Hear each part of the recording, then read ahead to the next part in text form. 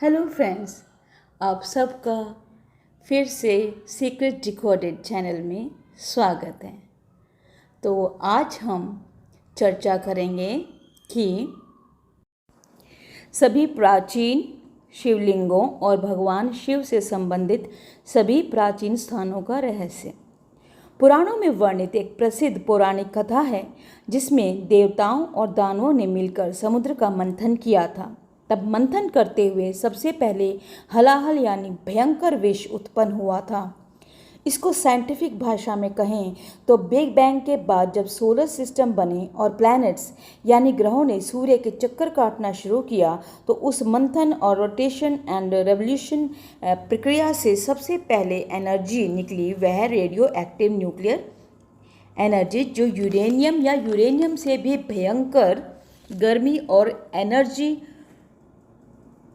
हो सकती है, वह उत्पन्न हुई और उस एनर्जी को समुद्र मंथन कथा के अनुसार विष कहा गया और भगवान शिव ने उसे पी लिया। तो उसके बाद जब जल बना और तब शिव को शांत किया गया। तो प्रश्न यह उठता है कि क्या जहाँ भी प्राचीन शिवलिंग हैं वहाँ यूरेनियम से भी ज़्यादा खतरनाक कोई एनर्जी का भंडार है?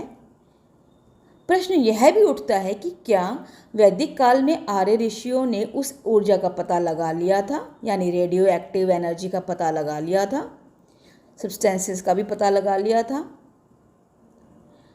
और उस एनर्जी को उन्होंने शिवलिंग के रूप में कोडेड किया। तभी भारत और संसार के कई हिस्सों में शिवलिंग नुमा आकृति पाई जाती है। और जैसे न्यूक्लियर रिएक्टर्स में पानी का सोर्स साथ में रखा जाता है, मतलब पास में रखा जाता है, ज़रूर होता है।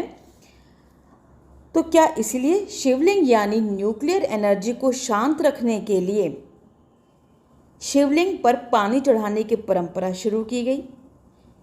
तो क्या शिवलिंग जहाँ भी हैं, प्राचीन शिवलिंग जहाँ भी है, वहाँ पर क्या यूरेनियम या यूरेनियम से ज़्यादा कोई भी एनर्जी का भंडार है, जो भी खतरनाक एनर्जी का भंडार है? यह एक शोध का विषय है, पर मुझे तो यह लगता है कि वहाँ प्राचीन शिवलिंगों के नीचे या जहाँ भी शिव जी से रिलेटेड, भगवान शिव से रिलेटेड कोई भी जगह है, वहाँ पर न्यूक्लियर एनर्जी या रेडियो एक्टिव एनर्जीज के भंडार हैं। तो शिवजी पर जल चढ़ाने की प्रक्रिया, जो रिवाज है, वो भी प्राचीन है और वैज्ञानिक लगता है। तभी ऋषियों ने रेडियो एक्टिव एनर्जीज को वैदिक काल की भाषा संस्कृत के अनुसार शिव का नाम दिया, और क्योंकि ये एनर्जीज बहुत पावरफुल एंड डेंजरस हैं, तभी इनको पूजनीय बनाया गया। और शिव की अदृश्य भयंकर शक्ति को समझाने के लिए पुराणों में कथा लिखी, ताकि अज्ञानी लोग शिव की शक्ति यानी रेडियो एक्टिव एनर्जीज की पावर को समझ सकें। तो इतना बड़ा गुप्त ज्ञान जो हमारे ऋषियों ने, वैदिक काल के ऋषियों ने अपने वेदों और पुराणों में, ये सारा ज्ञान उन्होंने सारी अपनी रिसर्च वेदों और पुराणों में उड़ेल दिया, यानी लिख दिया। और जहाँ पर ब्रह्मांड की उत्पत्ति से लेकर जीवन की उत्पत्ति वर्णित है, तो ना सिर्फ भारतवासी मनुष्य जाति, संसार के सभी मनुष्य जाति को विज्ञान पर आधारित वेदों को पढ़कर अपने जीवन का उद्धार करना चाहिए, क्योंकि इसमें मनुष्य की सारी नेगेटिव एनर्जी को दूर करने का ज्ञान है। यानी मनुष्य अपनी पार्श्विक एनर्जी को छोड़कर मानवता से भी ऊपर उठकर जीवन को समझकर मोक्ष प्राप्त कर सकता है। जो ज्ञान आपको आज की साइंस में नहीं मिलेगा, वह ज्ञान, मोक्ष प्राप्त करने का ज्ञान साइंस में नहीं है, लेकिन वेदों और पुराणों में मोक्ष प्राप्ति का भी ज्ञान है कि कैसे इस संसार से मुक्ति पाई जाए। तो सभी को ही वेदों को की तरफ लौटना चाहिए।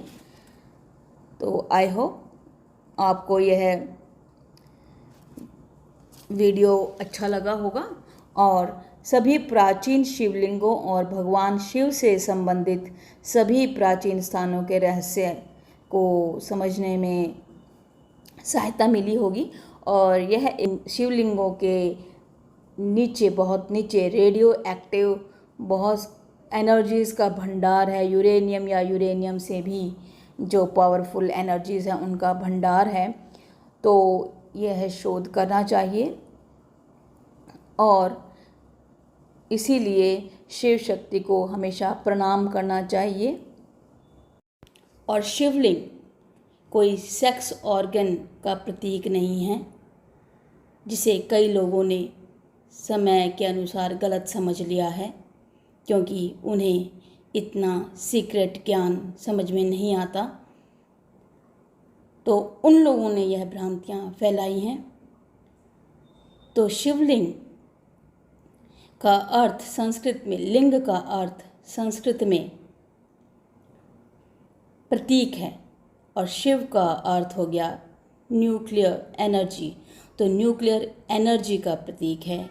और कहानी में, क्योंकि समुद्र मंथन में यह बताया था कि शिव जी ने वह विष पी लिया था, तो यानी कि ये जो आप शिवलिंग को देखते हैं तो यह गले का, शिव जी के गले का प्रतीक है कि इस जगह पर न्यूक्लियर एनर्जी है, तो इससे दूर रहो।